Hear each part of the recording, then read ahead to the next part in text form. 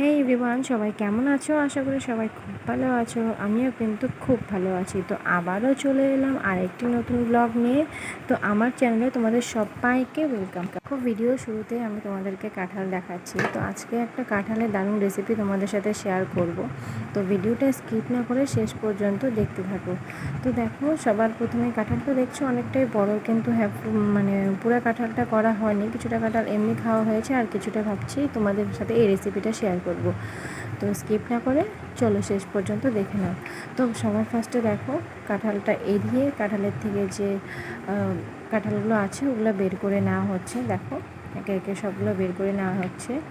আর এখানে একটা পাত্রে রাখা হয়েছে, নিচে একটা বাটি আছে, আর উপরে থালটা একটু হালকা ফুটো ফুটো। তো এরকম তোমাদেরকে নিয়ে নিতে হবে। আর দেখো, কাঁঠালগুলো সব এড়ানো হয়ে গেছে। নিচে কিন্তু একটা বাটি দেওয়া আছে, তার উপরে এরকম ফুটো ফুটো থালটা নিয়ে নিচ্ছে। আর হ্যাঁ, কাঁঠালের ভিতরে বীজগুলো দেওয়াই আছে। তো তারপরে দেখো, এইভাবে তোমরা চটকে নেবে। চটকালে কী হবে, রসগুলো নিচে বের হবে, মানে বাটিগুলো মধ্যে পড়বে। দেখো, এই দেখো নিচে বাটি দেওয়া আছে কিন্তু, হ্যাঁ। তো এইভাবে চটকালে কী হবে, রসগুলো খুব ইজিলি বের হয়ে যাবে। তো আজকে রেসিপিটা আমরা তৈরি করব কাঁঠালের বড়া। খুব ভালোভাবে হাত দিয়ে এইভাবে চটকে চটকে নিতে হবে। আর দেখো, বীজগুলো আস্তে আস্তে এখন বের হয়ে যাচ্ছে। এইভাবেই খানিকক্ষণ ধরে খুব ভালোভাবে চটকে নিতে হবে, আর আস্তে আস্তে কাঁঠালটাও মানে কমে যাবে। তো দেখো, দেখো অনেকগুলো বের হচ্ছে, আরও আছে, আরও বের হচ্ছে, আরও হবে। তো এরকম করতে করতে শেষ পর্যন্ত এইটুকু আর কি হলো, বাস। এখন আর এখান থেকে কিছু মনে হয় না বের হবে। তো মোটামুটি প্রায় হয়ে গেল। আর এই দেখো, করা রেডি। তারপরে এখানে তোমরা অ্যাড করে দিবে আটা।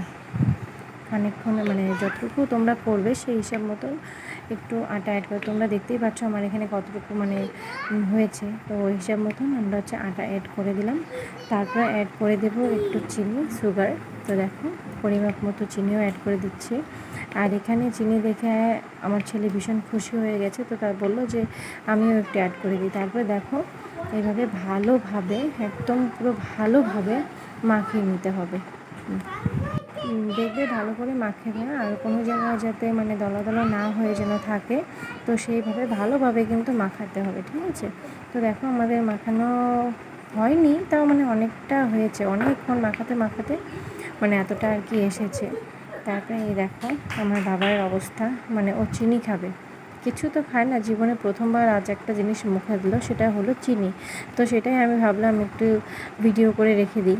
দেখো, তারপরে এখানে অ্যাড করে দেবে পরিমাপ মতো একটু সামান্য চালের গুঁড়া, যাতে জিনিসটা ভেঙে না যায়, বা একটু যাতে শক্ত শক্ত হয়ে খেতে ভালো লাগে। তো দেখো, পরিমাপ মতন আমরা চালের গুঁড়াটাও অ্যাড করে দিলাম। আবারও ভালোভাবে চটকে চটকে ভালোভাবে মাখাতে হবে, যাতে কোনো দানা দলা দলা না হয়ে থাকে। তো মাখানো হয়ে গেলে আমরা গ্যাসে কড়াই বসিয়ে দিয়েছিলাম। তো সেখানে দেখো, ছোট্ট ছোট্ট ছোট্ট ছোট্ট একটু একটু করে অল্প অল্প করে দিয়ে দিতে হবে। আর দেখো, এদিকে ভাজাও হচ্ছে, আর আমি ভাবলাম কয়েকটা ভাজা হয়েছে, যাই একটু নিয়ে খেয়ে নিই। অনেক দিনই পর, বাড়িতে তো এগুলো করাই হয় না, একমাত্র বাড়িতে আসলে মাই এসব করে দেয় আর কি, যেটা যেটা খেতে চাই করে দেয়। তো অল্প অল্প করে মা সবগুলোই ভেজে নিচ্ছে, অনেকটাখানি আছে। তো সবগুলোই দেখো ভাজা হয়ে যাচ্ছে। যখন এরকম হালকা হালকা লাল, হালকা লাল না, বেশ ভালোই লাল লাল হবে, তখনই তোমরা তুলে নেবে, একটু তেলটা ছেঁকে ছেঁকে তুলে নেবে। তো এখন মা এভাবে সমস্তগুলো ভেজে নেবে। তো আমাদের এই রেসিপিটা তোমাদের কেমন লাগলো কমেন্টে জানিও, আর বেশি বেশি করে লাইক, কমেন্ট, শেয়ার করে দিও। দেখা হচ্ছে আবার পরের ব্লগে। ততক্ষণ পর্যন্ত টাটা, সবাই ভালো থেকো, সুস্থ থেকো।